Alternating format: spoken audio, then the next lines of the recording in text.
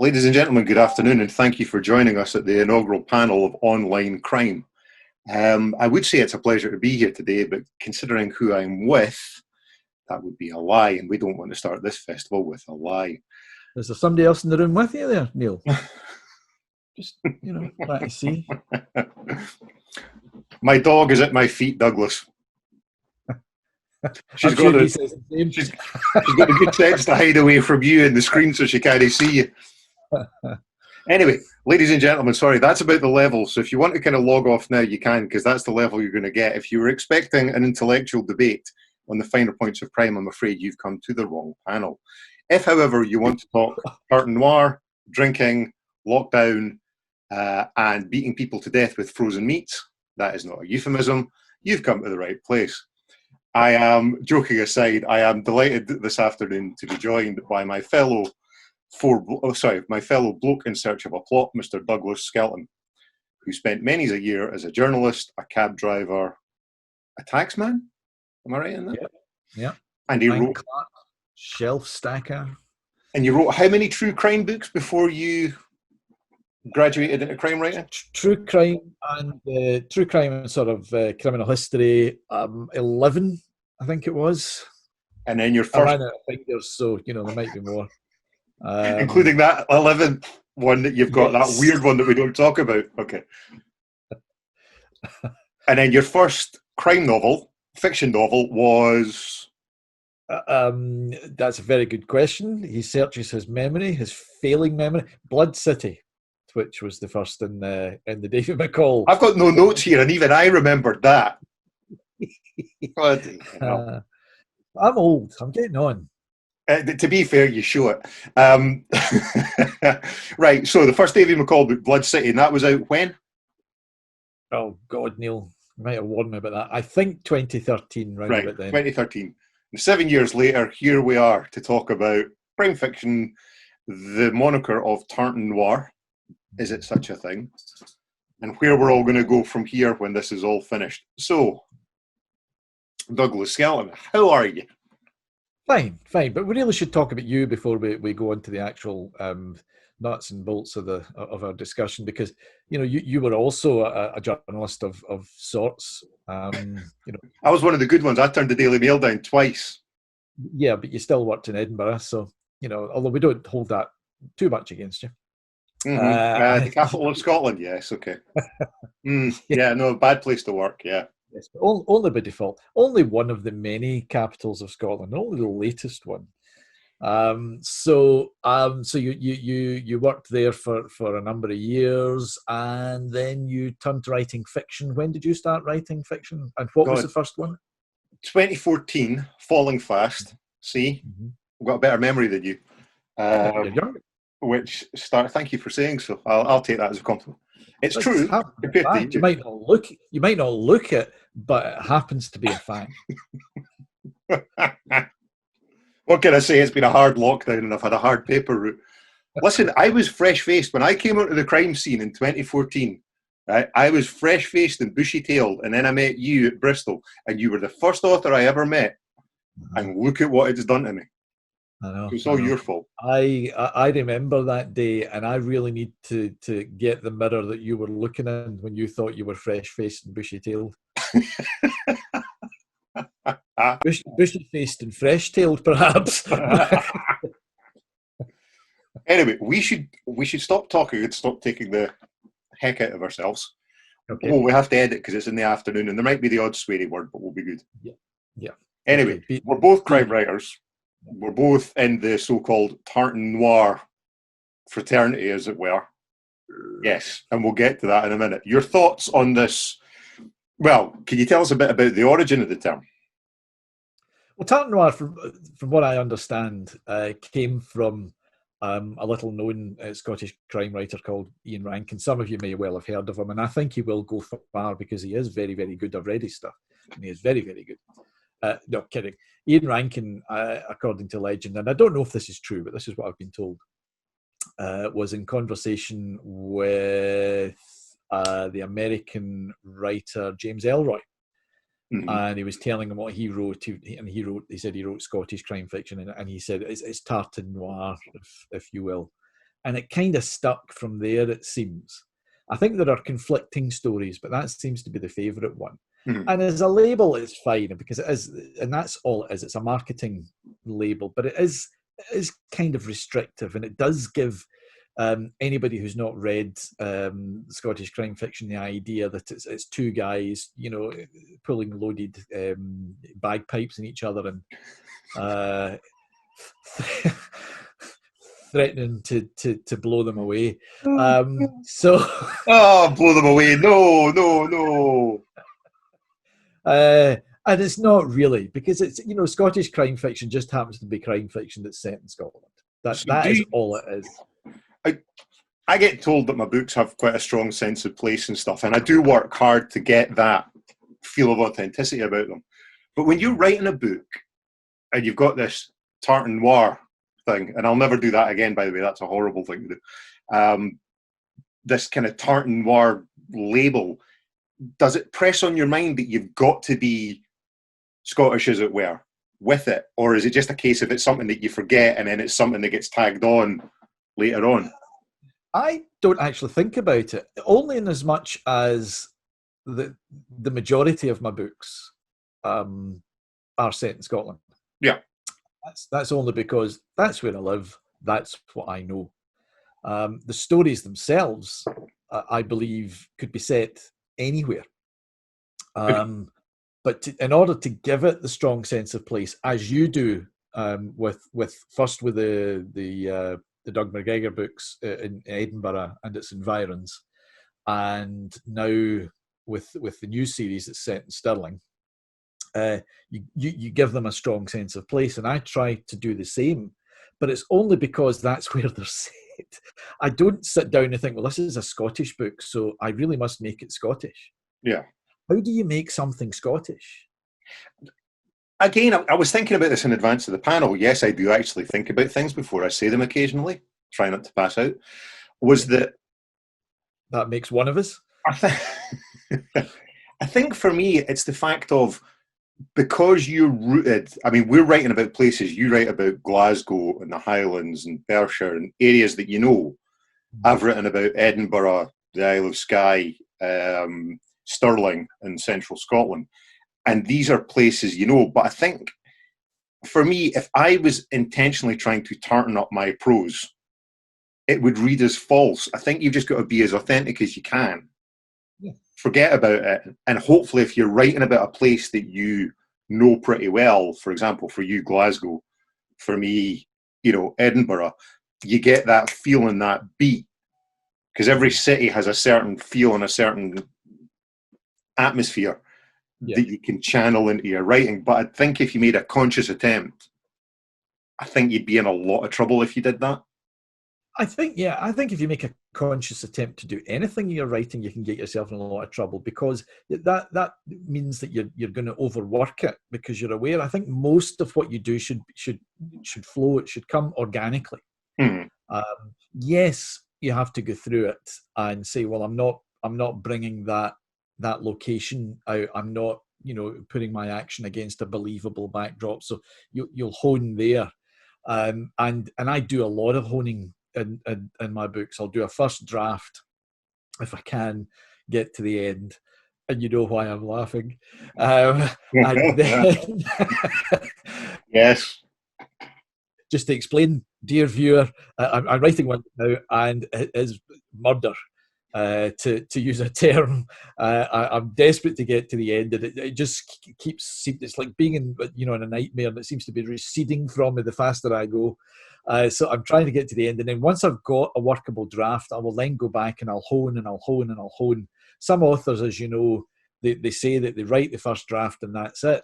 I don't actually believe that. I think they have worked on it at some point.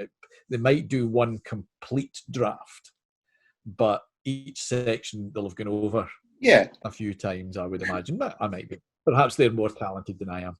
Who was the author that took that to the nth degree, that went on social media and who was it?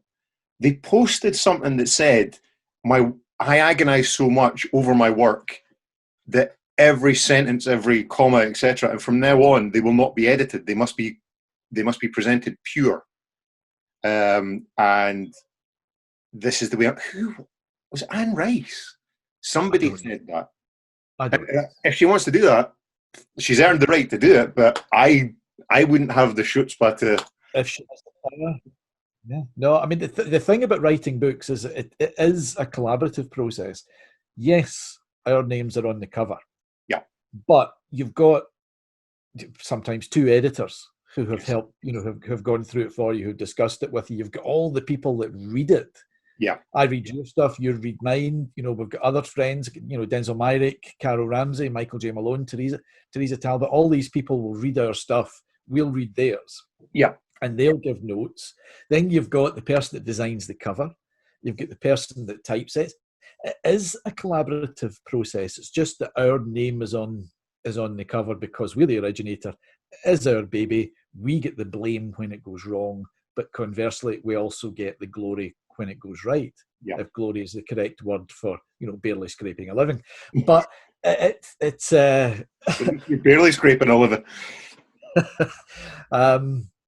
So it is a collaborative process. I think if you've reached a stage of that author, whoever it was, that they can get away with that, then fine. But I don't think anybody is perfect. I have read some books by top authors, and I'm thinking of one in particular, who is not British, so nobody start contemplating your navel and wondering if it's you. Who I think, and I've given up reading this particular author's books because I think they are way too long, and because this one has so much power, probably doesn't get a lot of editing, and I think it's needed.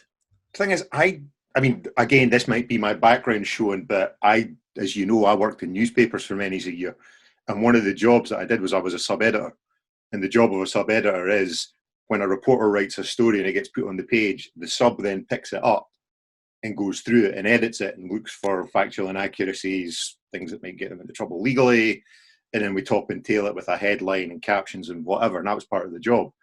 But I couldn't conceive of doing this job without the support network of people like yourself, who I can then go, I've done something, there you go, and then a professional editor. And as much as it can, Ian tells this great, in fact, it's Gordon Brown, our fellow four bloke, who tells this story about Ian Rankin got a manuscript back from his editor, and he had it on a data stick. And he said that he wasn't going to open it because until such time as he opened it, it was the perfect novel. So it was that kind of limbo. But you need that. Schrodinger's novel. Aye, it is both perfect and shit at the same. Oh, sorry, first swear. I got the first swear of the lime online, so I'm quite proud. Trust us, Scott. And he's not even Glasgow. So come on, right? Okay, Scott. Let's get back to topic slightly. Is there a place that you've always wanted to write in Scotland that you've actually written and said, yes, this is great, or B, you've wanted to write and you've just not got there yet? What, you're talking about a location? A location in Scotland, yeah. Because this got me in a lot of trouble, this one. Oh, really? Well, you go first then. Well, in my second book, The Storm, the second in the first series in the Doug and Susie series, The Storm, I wanted to take Doug up to the Isle of Skye. I've told you this story. And one of the sections of the book is written on this kind of outcrop of land that's a kind of, it's not quite a beach, it's just a scree of stones, and it looks out back onto the mainland. So I wrote this particular scene there, me being me. It was pretty criminal, pretty intense, fine. And I did as I always did, and I gave it to Fiona. And I got this look that said, that's the beach on Skye. We got married on that beach in Skye. And you wrote that about the beach that we got married on. Yeah, got myself in a bit of trouble with that one. But it's funny that when we went up there, and Skye's just an amazing place, and I don't know if you do this, but the writer in me was looking at this and going, wow, look at that. You could do this there. You could do that there. And there's certain places in Stirling, for example, Cowan's Hospital, where I started No Man's Land, that just seemed to evoke the story. And I don't know whether that's the Scottish writer in me or just the writer in me that sees a certain location and says that's ripe for dumping a body or doing something highly dramatic or whatever. Yeah, yeah. So have you found that? Is there a place, again, back to the question, is there a place that you've written very well that you're happy with? Perhaps the place that you invented a lighthouse? Dominic Quest? A lighthouse? I think you've thrown me there. Where you put a lighthouse in an Ayrshire town, was it? Oh,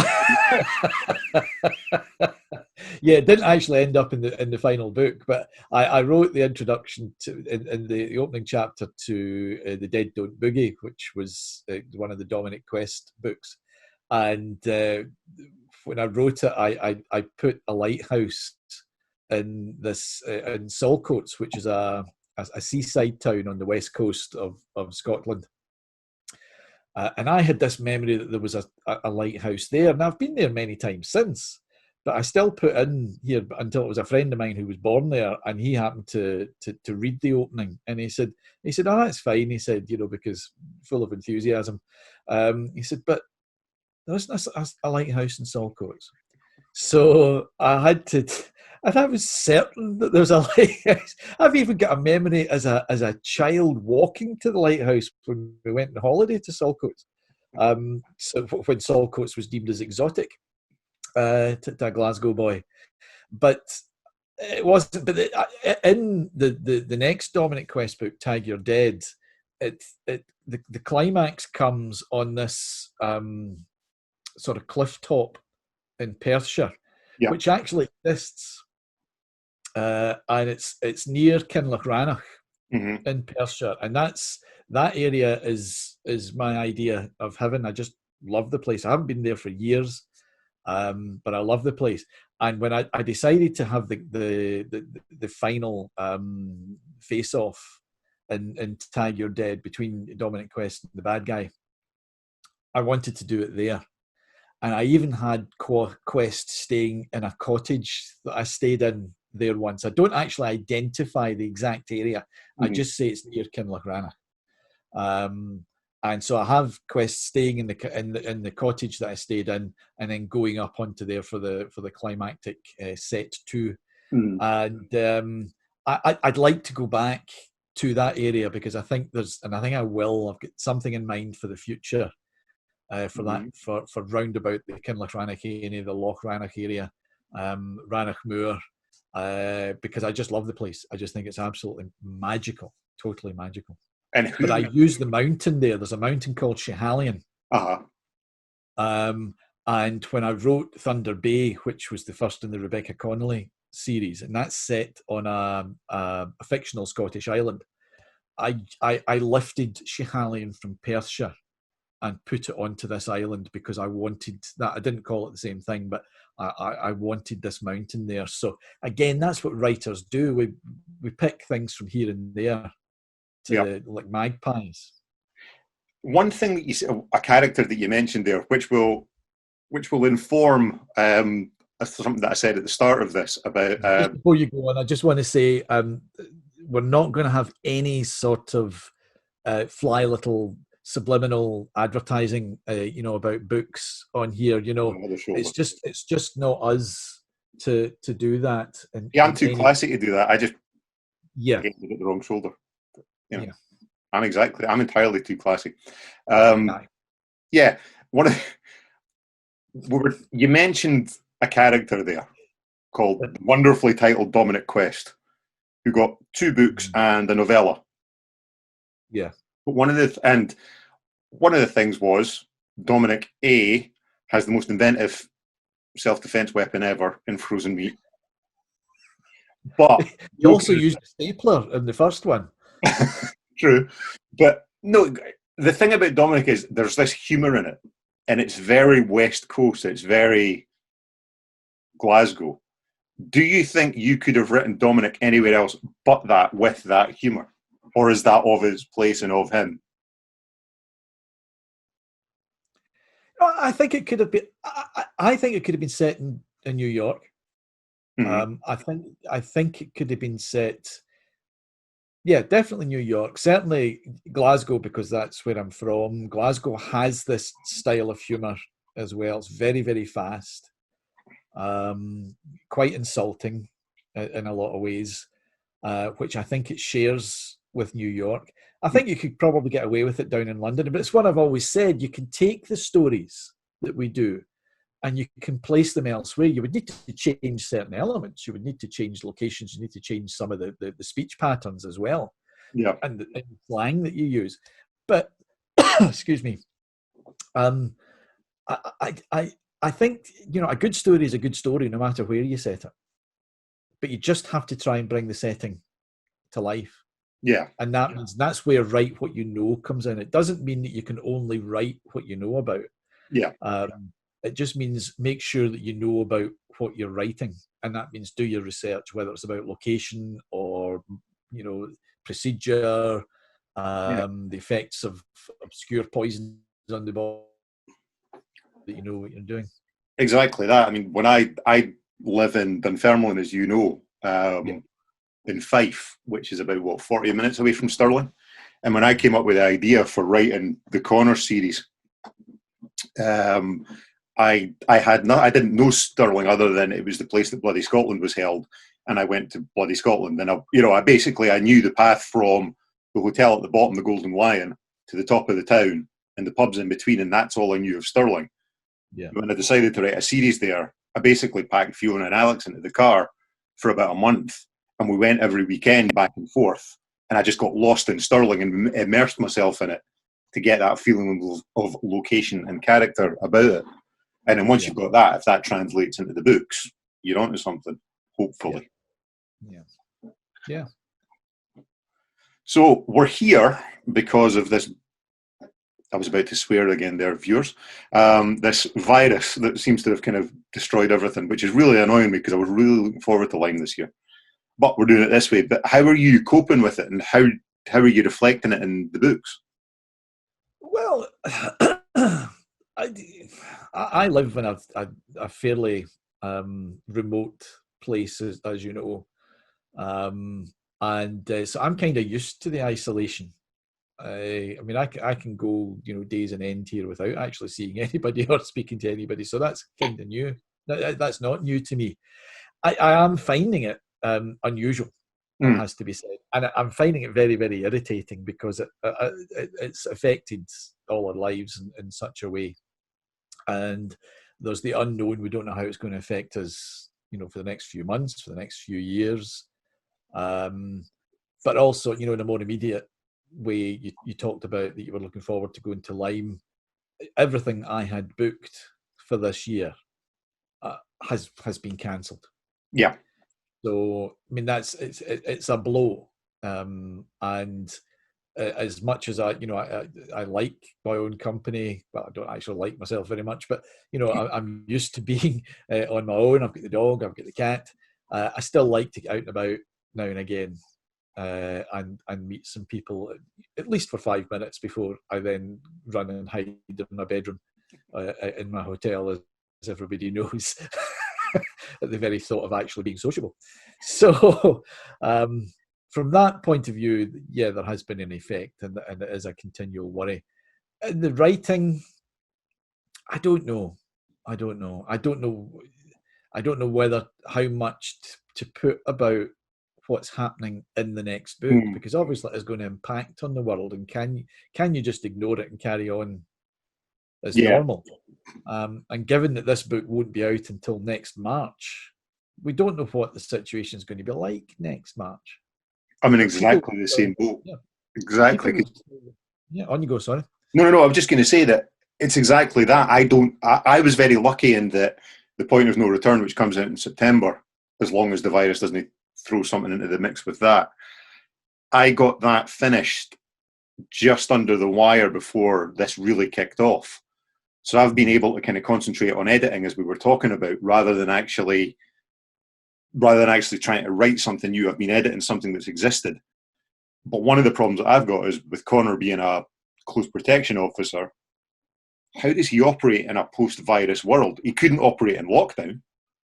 you know, because he's meant to go to venues and he's meant to look after people and he's out seeing people in pubs and meeting people and scoping things out and taking people to offices and all that's gone. And when this is over, you know, there's still going to be social distancing of some type for a while. How do you reflect that, and how do you reflect the impact this has had? So I've been commissioned to write 2 more corners, and I don't know where to start at the moment. Yeah, that's the thing. You know, if you take away the physical aspect and the meeting people, the stories are going to be very dull. Yeah, we can't have somebody doing the Nero Wolfe idea. If anybody knows that illusion, which an American detective who never left the apartment. He just sat in the apartment and tended his orchids, and sent his alter ego Archie out to do the footwork. So we can't really do anything like that. So I think there has to be, and I think readers, I might be wrong, but I think readers don't want to be reminded. They don't want to be reading that all the time. So I think it's going to have to be, to an extent, business as usual, which is the approach I'm taking with the new Rebecca Connolly. It is business as usual, but there are threaded through the book references. Do you want to get that? Sorry, my apologies, everybody. The technology.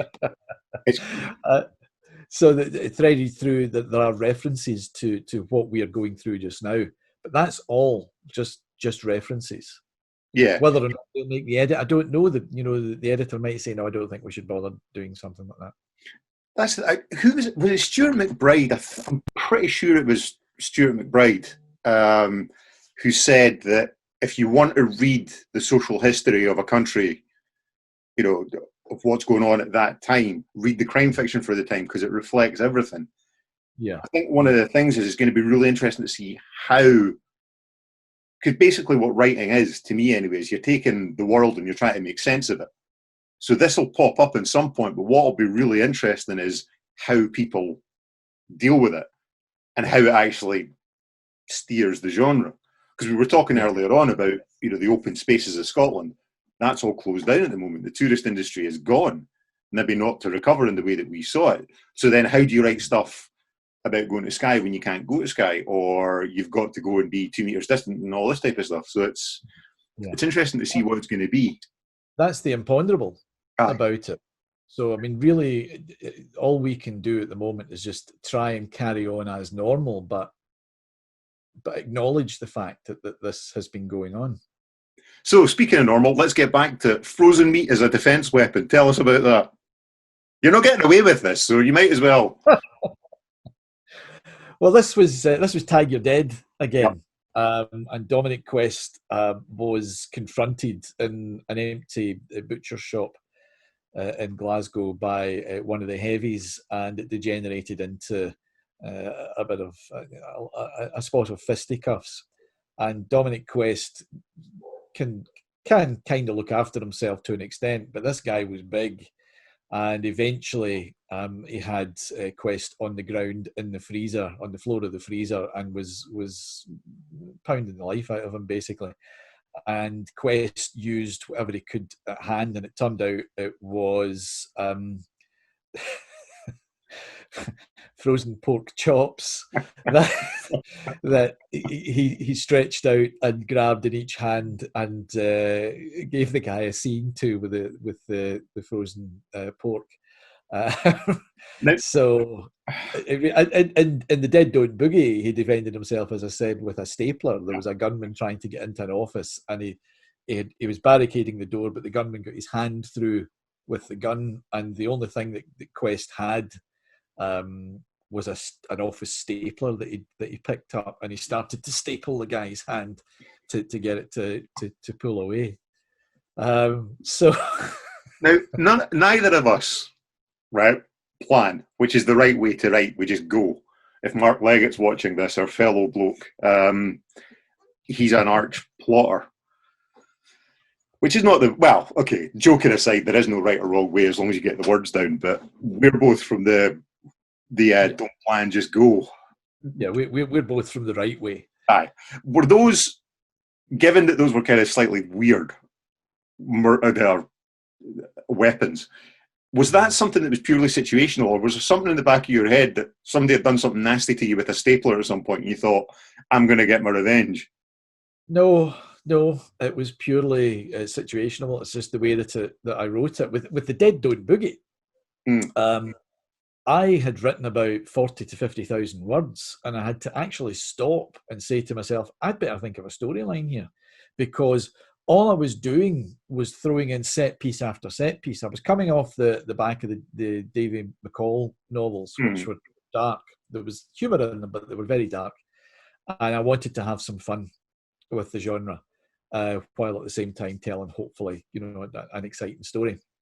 And I was using Raymond Chandler's dictum that if you feel the story's slowing down, have two guys kick the door in with guns in their hand. So that was what I was going to do, and it was as if I'd put that up above the computer, and I just kept on. And I actually did have guys kicking the door in with guns in their hand, and I just kept it going. And then eventually, I thought, I need to think why are all these people looking for this young woman, because that's what was happening. And Dominic Quest had her. All these different people wanted to get to her, and I thought, I need to figure out why. Yeah. And so I had to stop and figure that out. And then obviously when you go back, you can retrofit what went before to fit the plot that you've come up with. Yeah. So it was just the stapler in that one, and the chops there in the second one. It was situational. It was just, right, what can he use to defend himself? I had him in that position. What can he do? And that's what I came up with. Yeah. You don't plot. No. So have you ever had any situations like that? I mean, your guy Connor is pretty handy with his hands. Yeah, I've been very lucky that I just get an idea and run with it. I get a scene and a line, as No Place to Die has an infamous first line in it. And then I just run with it and see where it goes. But I've been the same way as you. I've been 80,000 words into books and gone, what the hell's going on and who's done it? But for me, I find that works, because if I'm writing it, if I'm battering through it at 100 miles an hour, trying to figure out what's going on next, and I'm only, the book's only a couple of paragraphs ahead of me, that keeps me interested. And hopefully that level of inertia and that propulsive nature of it transmits onto the page, and the reader gets a more immediate, more exciting experience from it. Yeah. But again, the editing process helps, because once I've actually got a draft, then I can go in. But a lot of the times I'll be at chapter 50 and I'll write something and go, oh, that's why I did that in chapter 2. Yeah. I don't know at the time. I just run with it. But I've been lucky that I've not dead-ended myself. But yeah. Conversely, the toughest writing job I've ever done was earlier this year. My agent, I came up with an idea for a standalone. And my agent said, right, I want a full treatment of this, which is basically a breakdown, a chapter by chapter thing of chapter 1, he does this, chapter 2, right through to the end. And honestly, writing that 12-page treatment of a book was harder than sitting down and just writing 100,000 words out of nowhere. Because with 100,000 words, I can just go, and I'm having fun as I do it. But sitting and cold-bloodedly trying to write and plot that out was just an absolute nightmare. Do you think it's because we're journalists that we find that sort of thing difficult? Because journalists just get the story, get to the office or get back to the desk and start pounding it out. It's a good question, yes and no, because as a journalist, you follow a structure on a story. And the structure is very much the inverted pyramid of, you tell the story in the first part, second part you give more detail, third part, right down to the bottom, where it's basically, you can cut from it. Whereas a crime novel flips that, and you've got the pyramid of, you give very little at the start, and then you give more and more and more and more and more until you've built the story. Yeah. So I don't know. It's just a different... I don't know whether it's because, as you said, I've got that magpie mind where I get interested in something else, and I just have to have that freedom of seeing where it goes. The one thing that the journalism training is good for is that it trains you that if you've got a deadline and if you've got a word count to do for the day, it takes the ego out of the equation and it makes the writing a job. If you've got 2,000 words to do that day, you will sit and write 2,000 words. Because if you were sitting in a newsroom and your editor turned. Can you imagine this one? Back in the day, if your editor turned around and said, "Yeah, 3,000 word spread with two 500 word sidebars, blah blah blah, go," and you went, "The muse has not hit me yet today." Yeah. Yes. Can you imagine the response? Yes. Yeah. Yeah. I think there would be a few choice words hurled your way to get the muse with you. God, back in the day.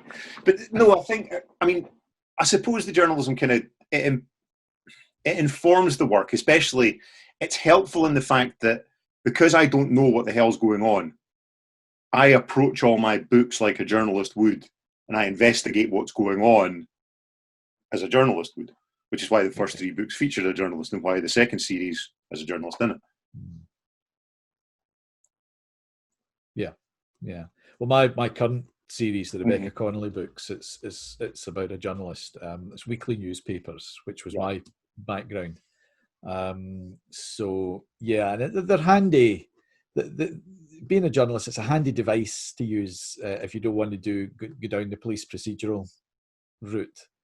And that it's somebody, but by its very nature of the way that we write it, it's not particularly realistic. It's not particularly the way that it really was. But just as a police officer says, if you wrote about the way it really was, it would be definitely dull for the reader. Yeah. So everything, there's license in everything. As long as it's got that veneer of authenticity, and it doesn't. As long as something so outlandish doesn't happen that throws the reader completely out of the narrative and they go, right, no, that's crap. You know, like an alien suddenly pops out or Bobby turns up in the shower or whatever it is. As long as it makes sense within that hyper world that you've created, I think you're okay. Within the reality of the piece, it works. And the tone of the piece, again, to go back to Dominic Quest, The Dead Don't Boogie, it had, I will admit it, the most ridiculous ending. That, if I put that in a Davy McCall book, it would be, what? If I did it with Rebecca, it would be, what the hell are you doing?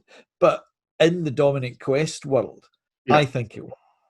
It didn't work for everybody. There were a couple of reviews that basically said, what? And but I understand that, but they've just obviously not got into the tone of the book. So within the reality of Quest reality, that solution was perfectly fine.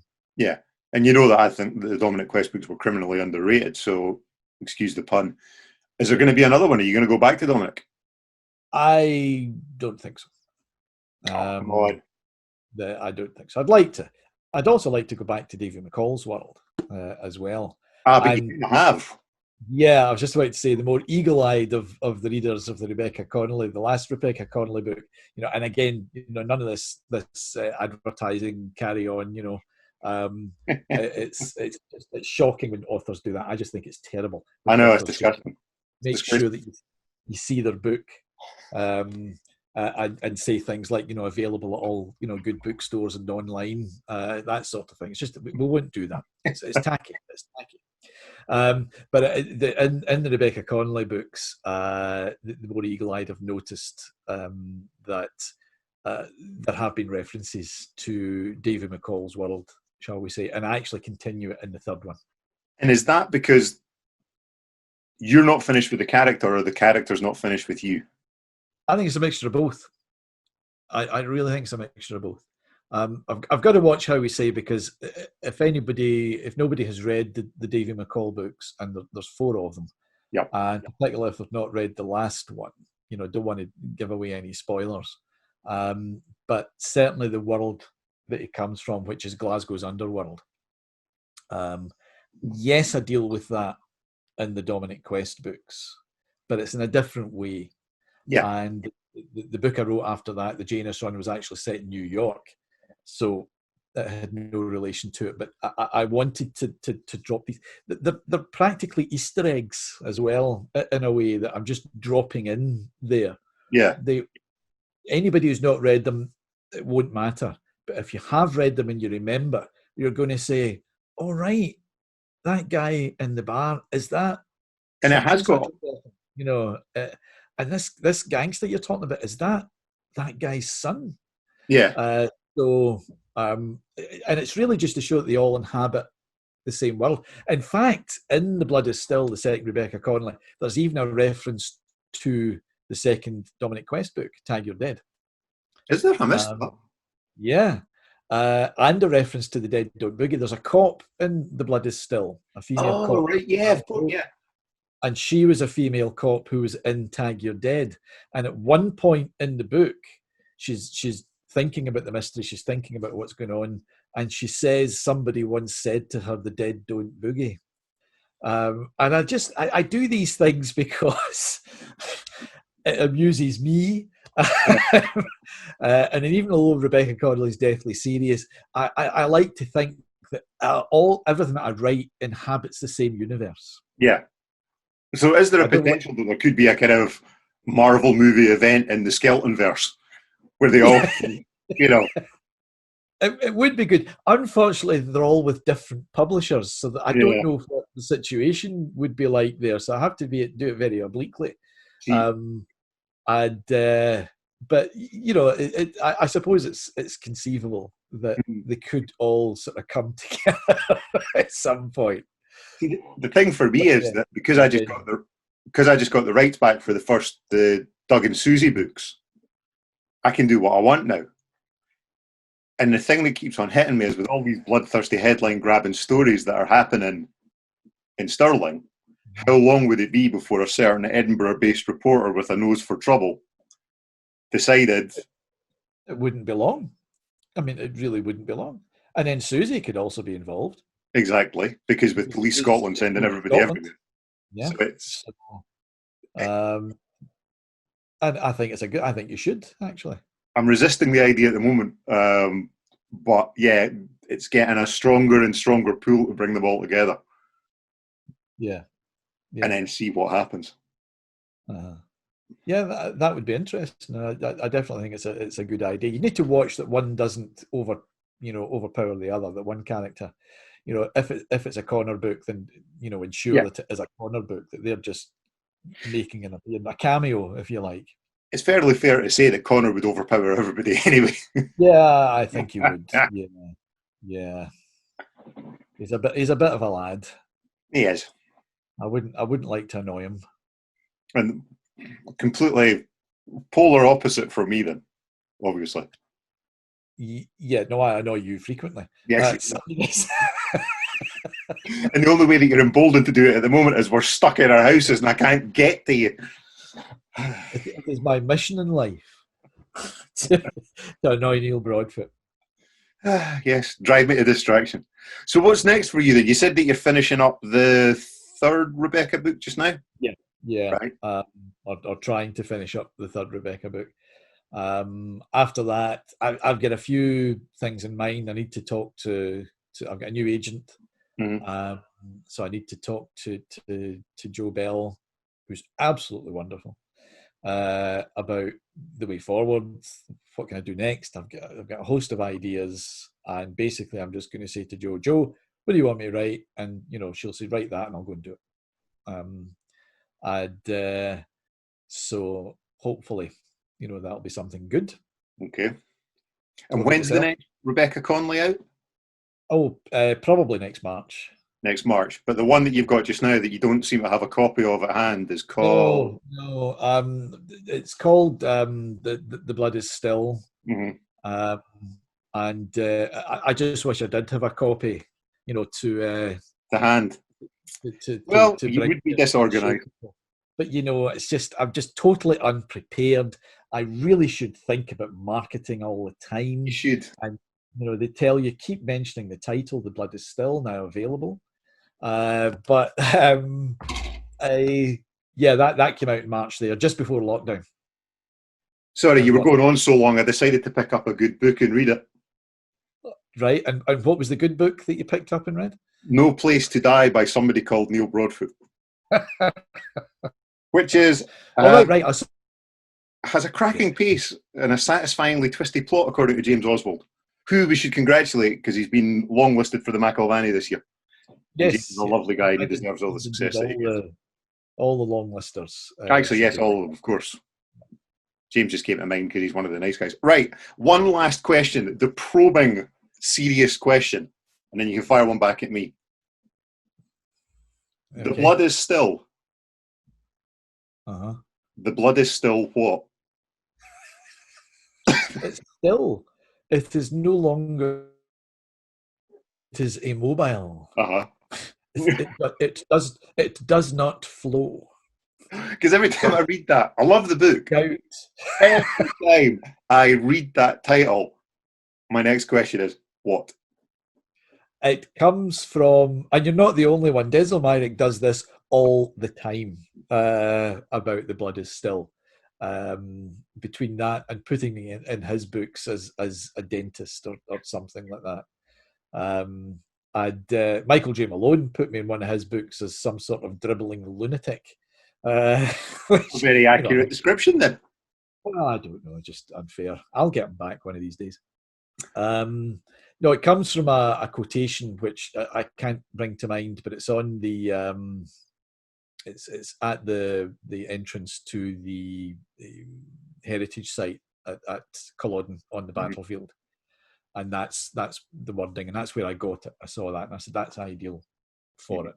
And it actually comes into the text, and the opening is somebody dying on the battlefield in modern times, and he dies, and the final line in the opening is "His blood was still." So that explains the title. Yeah. Okay. And what about your titles? How do you come up with them? I hate coming up with titles. I detest coming up with titles. Yes, I seem to remember being through that one afternoon with you with various. Was that for No Place to Die, or was it No Man's Land? There was an afternoon where we were throwing things back and forward, and we were looking up quotations and coming up with something. Yeah, I can't remember which one that was, but I remember doing it, which is weird because my job when I was a sub-editor, I had to write headlines and titles all day, every day, and I could do it. You know, when we were on edition, I could pump out 8 to 10 headlines in the course of half an hour and be fine. But for some reason, the books, I never come up with a title, which is weird because when I sold the series to Constable, they wanted, for proof of concept, they wanted a couple of chapters of the first book, No Man's Land, and then they wanted synopses for books 2 and 3 with titles for them. So not only did I have to come up with a plan, which I never do, I also had to come up with the titles. But I'm very lucky that, you know, I'll be writing and sometimes I'll find a line in the book and it'll be, you know, for example, in No Place to Die, one of the characters will find a body and the policeman says, "This is no place to die."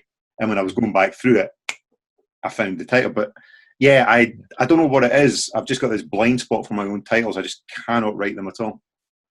Titles and character names, I find quite difficult. I got into trouble with my editor for that because I had, she came an email back saying, "Can we have some different names now, please?" Because I just kind of revert to the same names. So I had to go back and, you know, fix all that. But yeah, for some reason, Connor was in fact, we went through that with Connor because the Fraser thing came fairly quickly for some reason, that was his surname. But I couldn't get a Christian name for him. But then when I hit Connor Fraser, nothing else seemed to fit. Yeah. But yeah, you know when something's right. That's the thing. You do know when something's right. And also, the other side of the coin is that you also know in your gut when something isn't right. Yeah. Oh God. Yeah. And you might sort of ignore it. You might sort of shove it out the way, but it niggles at you because you know that one bit just isn't right. But that's the Stephen King thing, isn't it? Everything that comes after it. Aye, that's the Stephen King thing, though, isn't it? What he says about the boys are always working on it in the basement. Your subconscious is always chewing it over, even if you're not. If you're working on a book, or at least I find this, when I'm working on a book, even if I'm not thinking about it, I'm thinking about it. Yeah. It's always there. It's always ticking away, which is why you've got that kind of sixth sense of that's not working or that is working when you're working, I think. Yeah. But I'd always want that. I'd always want to be double thinking myself just in case. Yeah. Yeah. I would never want to be, here we go, I can do whatever I want and I'm going to write the perfect Scottish novel and approach it with that confidence. If I ever approach a book with anything that's not approaching dread when I start it, I think it's probably time to hang up the keyboard. Yeah, yeah.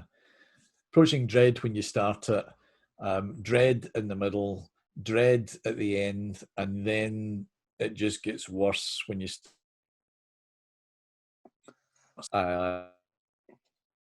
and I don't think dread even covers it, because you're just expecting them to come back and say this is utter rubbish, which I have to you frequently. Yeah. And with that, yes. But joking aside, we've lived up or down to the Scots' reputation for being dour by ending on a note of doom and gloom. Joking aside, folks, Douglas's books are, and it pains me to say this, achingly good. I would specifically recommend the Quest series, which are superb, and his new book, or his latest book, which I can't remember the title of, is out now in all good online retailers, and by the time this goes out, maybe some physical shops as well. And can I just say, and this is totally off the cuff, totally unrehearsed, Neil Broadfoot's books are absolutely wonderful reads, and whether it's the three Doug and Susie books, which started off with Falling Fast, and now into the Conor Fraser book, they must be read and bought and read. No, seriously, they are brilliant reads. They're brittle, they're vivid, they're fast moving, and they are actually great. Thank you very much. And on that note, I don't think there's much more to say, except thank you very much for joining the first online crime panel. It's a bit strange not having an audience to say thank you to and take questions from this, but hopefully we muddled through. We hope you enjoy the rest of the weekend's programme that Paddy has put together, Paddy McGrain. On Friday night, there will be at 7:30 a Noir at the Bar event, where there will be readings from various authors, including myself, Paddy, the wonderful Derek Farrell, and to name a few, Helen Fields, who was just nominated for the CWA Dagger, will be there as well. So hopefully we'll see you there.